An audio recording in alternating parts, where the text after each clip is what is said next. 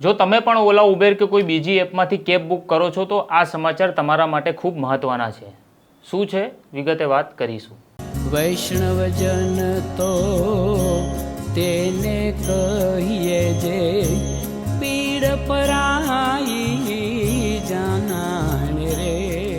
નમસ્કાર દર્શક મિત્રો, નવજીવન ન્યૂઝમાં તમારું સ્વાગત છે અને હું છું તમારો સાહેબ. હવે કેબ બુક કરતી વખતે રાઇડ કન્ફર્મ થાય એ પહેલાં જ તમને ટીપ આપો, વધુ પૈસા આપો અથવા ઝડપી રાઇડ મેળવો જે વિકલ્પો બતાવીને વધારાની રકમ ચૂકવવા માટે પ્રોત્સાહિત કરી શકાશે નહીં. કેન્દ્રીય માર્ગ પરિવહન અને રાજમાર્ગ મંત્રાલયે તમામ કેબ એગ્રીગેટરોને પોતાની મોબાઈલ એપ અને ડિજિટલ પ્લેટફોર્મ પરથી આવા ફીચર્સ તાત્કાલિક રીતે દૂર કરવાનો નિર્દેશ આપ્યો છે. એટલે હવે જો કેબ બુક કરતી વખતે એવું કહેવામાં આવે છે કે થોડા વધુ રૂપિયા આપશો તો ડ્રાઈવર તમારી રાઇડને ઝડપી સ્વીકારશે અથવા તમને ઝડપી સર્વિસ મળશે તો તેવી વ્યવસ્થા નિયમ વિરુદ્ધ ગણાશે.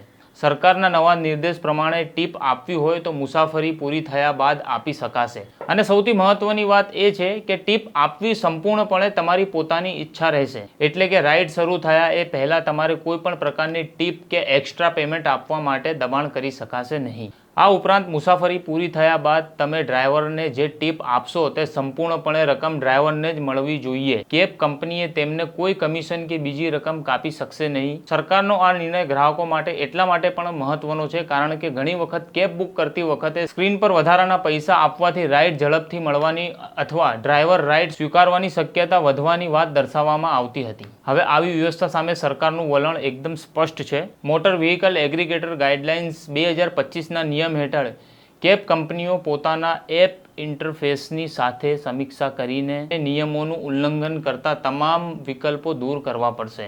આ મામલે અગાઉ ગ્રાહક સુરક્ષા સત્તાવાળાઓ દ્વારા પણ બુકિંગ પહેલા ટીપ માંગવાની પદ્ધતિ સામે વાંધો ઉઠાવવામાં આવ્યો હતો.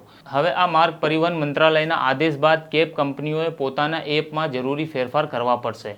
તો સીધી વાત એ છે કે કેબ બુક કરો ત્યારે રાઇડ માટે જે ભાડું બતાવવામાં આવે છે તેના સિવાય રાઇડ શરૂ થાય એ પહેલાં ટીપ આપો, વધુ પૈસા આપો કે ઝડપી રાઇડ મેળવો જેવી વ્યવસ્થાની ગ્રાહક પર વધારાનો ખર્ચ લાદી શકાશે નહીં. અને જો ડ્રાઈવરની સર્વિસથી તમે ખુશ હો તો આ રાઇડ પૂરી થયા પછી પોતાની મરજીથી તમે ડ્રાઈવરને ટીપ પણ આપી શકો છો.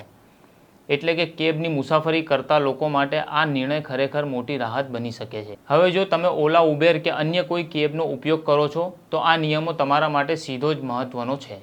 આ પ્રકારના સમાચાર જોવા માટે નવજીવન સાથે જોડાયેલા રહો. વિડીયોને લાઇક, શેર, સબસ્ક્રાઇબ કરવાનું ભૂલતા નહીં. નમસ્કાર.